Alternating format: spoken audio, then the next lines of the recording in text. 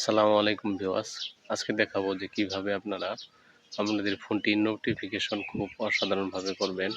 IPhone এবং কি Samsung এর মতো নরমাল ফোন দিয়ে কিন্তু নোটিফিকেশন বার অনেক সুন্দর করতে পারবেন। আপনার যে নোটিফিকেশন বারটি আছে সেটি কিন্তু পরিবর্তন করতে পারবেন। আমি আজকে সেই ভিডিওটি দেখাবো আপনাদেরকে। আজকের ভিডিও দেখলে কিন্তু আপনারা ধারণা পেয়ে যাবেন যে কীভাবে নোটিফিকেশন বার চেঞ্জ করতে হয় বা কোন অ্যাপসের মাধ্যমে নোটিফিকেশন বারটি চেঞ্জ করবেন। তো চলুন আমরা ভিডিওতে গিয়ে দেখিয়ে দিই যে কীভাবে আপনারা নোটিফিকেশন বারটি চেঞ্জ করবেন। চলুন ভিডিওতে যাই। তো ভিউয়ার্স স্ক্রিনে চলে আসলাম। স্ক্রিনে এসে কিন্তু আপনাদেরকে দেখাবো আমার দেখুন স্ক্রিনটা কি সুন্দর হয়ে গেছে। তো আমার ইতিপূর্বে কিন্তু ছিল স্ক্রিনটি, আপনাদেরকে যদি দেখাই এই মডেল ছিল। তো এরকম অনেকের স্ক্রিন আছে, আমারও ছিল আগে। এখন কিন্তু স্ক্রিনটি এখন কি পরিবর্তন হয়ে গেছে নোটিফিকেশন বারটি। তো আমি এইভাবে কিন্তু নোটিফিকেশন বারটি চেঞ্জ করেছি। তো দেখুন এখন কি অসাধারণ হয়েছে।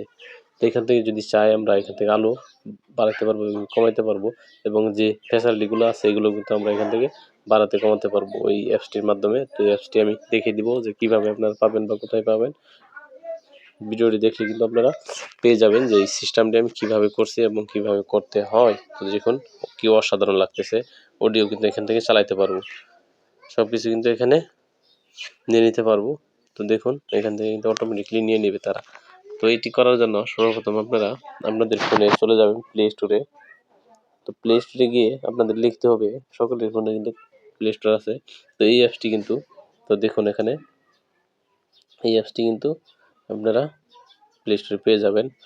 কন্ট্রোল কান্টার লিখে কিন্তু সার্চ করলেই অ্যাপসটি আপনারা প্লে স্টোরে পেয়ে যাবেন। প্লে স্টোর দিয়ে আসার পরে কিন্তু অ্যাপসটি এরকম দেখাবে। তো এখানে সিম্পলি ক্লিক করবেন। ক্লিক করার পরে এখান থেকে কিছু অপশন আসবে।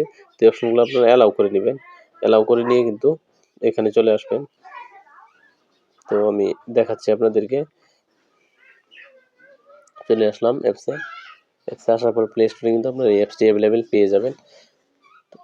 অ্যাপসটি কিন্তু আপনারা সার্চ করে নিতে পারবেন প্লে স্টোর থেকে। এখান থেকে এই সেটিংটি এসে পড়বেন। সেটিংটি এসে এখান থেকে কিন্তু আপনারা সমস্ত কিছু করতে পারবেন। এখান থেকে এসে এখান থেকে কিছু অপশন চেঞ্জও করতে পারবেন। খুব অসাধারণভাবে কিন্তু এই অ্যাপসটি কিন্তু খুব সুন্দরভাবে কাজ করে। আপনারা প্লে স্টোর থেকে নামিয়ে অ্যাপসটি ব্যবহার করতে পারেন।